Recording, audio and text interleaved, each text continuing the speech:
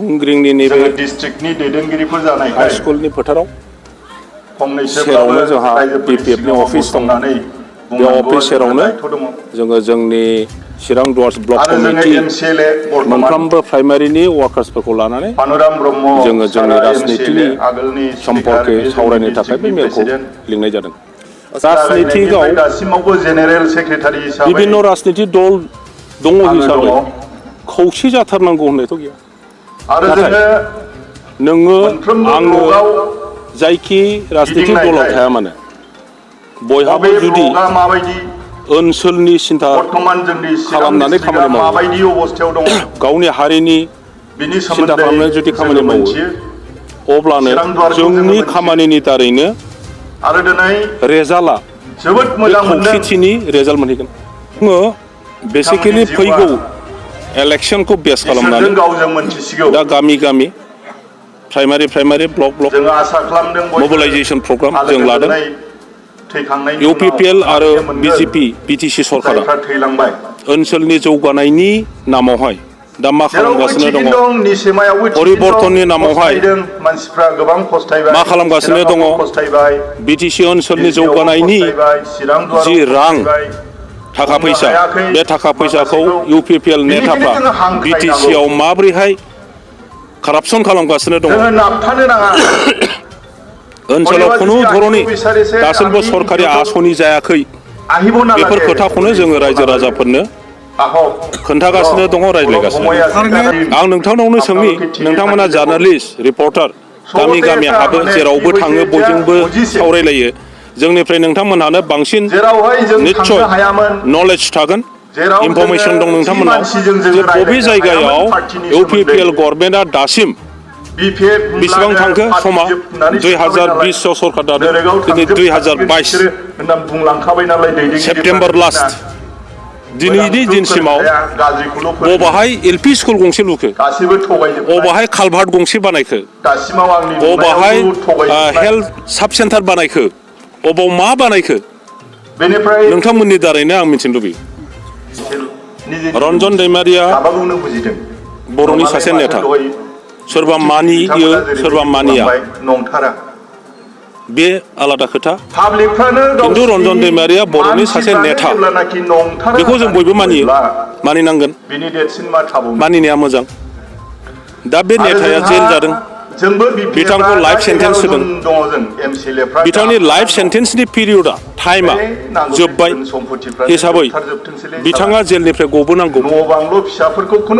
बेनो जोङो बयबो नेगासिनो दंमोन लुबैदोंमोन खिन्थु आनफर्चुनेटलि गभर्नमेन्टआ बिथांखौ मोनोब्ला आरोबाव बांसिन हेरेसमेन्ट होनो उद्देश्य लानानै दिनै आरो माखासे नंबां जाबां केस बसायनानै बिथांखौ सोनानै दोनफिनदों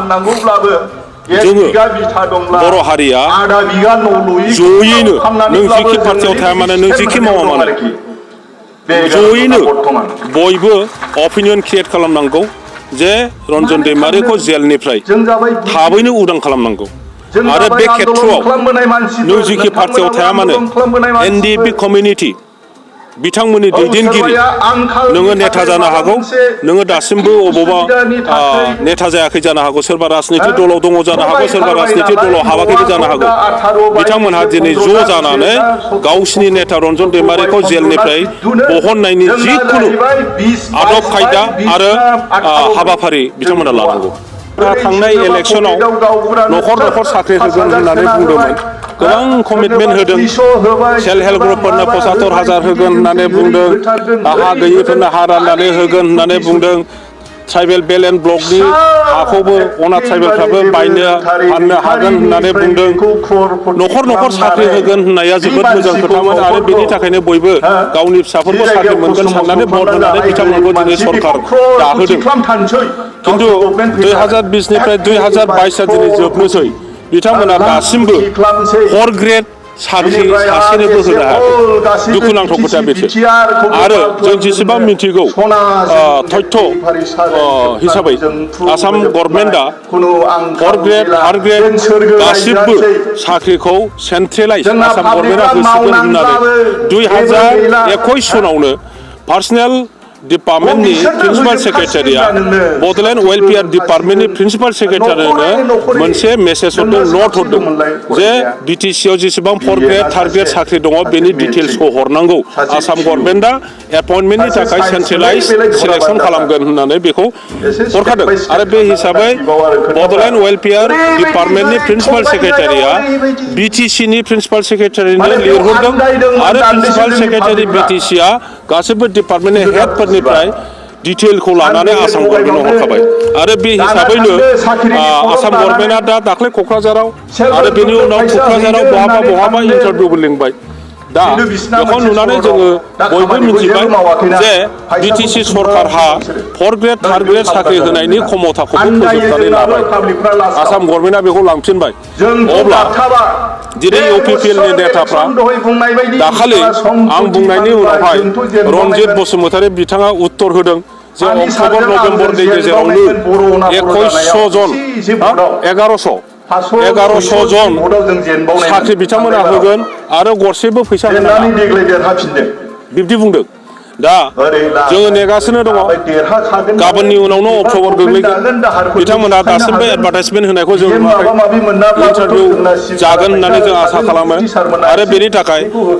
मोनसे सिलेक्सन बर्ड सेन्ट्रेल सिलेक्सन बर्डखौ बिथांमोना डिजल्भ खालामबाय आरो सेन्ट्रेल रिक्रुटमेन्ट बर्ड दाबाय होननानै जों मिथिगौ खिन्थु आनफर्चुनेटलि खुनु बर्ड एबा कमिसननि चेयारमेना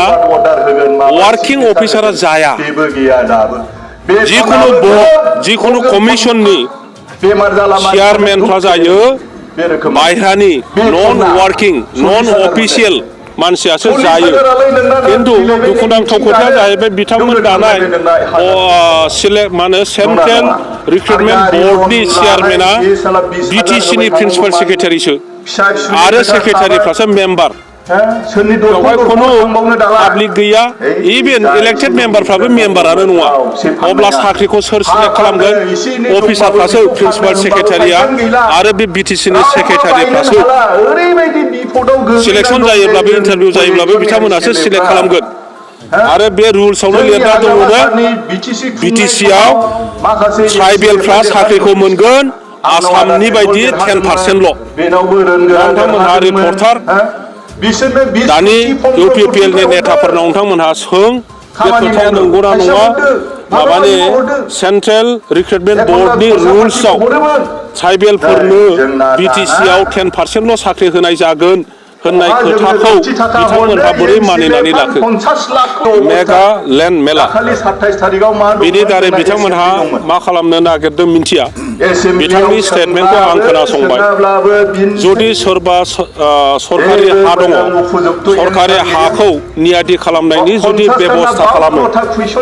थाखा फैसा गैयिनि थाखाय सोरबा गावनि बिमा बिफाया थैनानै थांबाय फिसालाया गावनि नामाव नामजारि खालामनानै लानो हायाखै बेखौ बिना फैसायै नामजारि खालामनानै होनो बे मेलाखौ जुदि खालामदों अब्ला जोबोद मोजां हाग्रायाव हाबनाय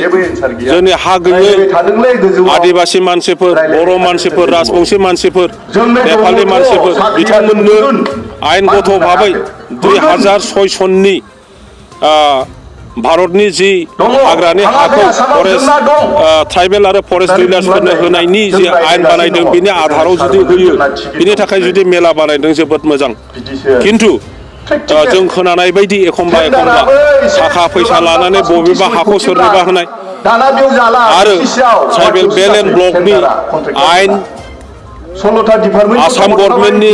हानि सायाव जि आयेन दङ बेफोरखौ मोजाङै सालिजारि खालायाब्लानो सोरबा अफिसारजों सोरबा जोंनि मोजां सिन्था खालायै मानसिफोरनि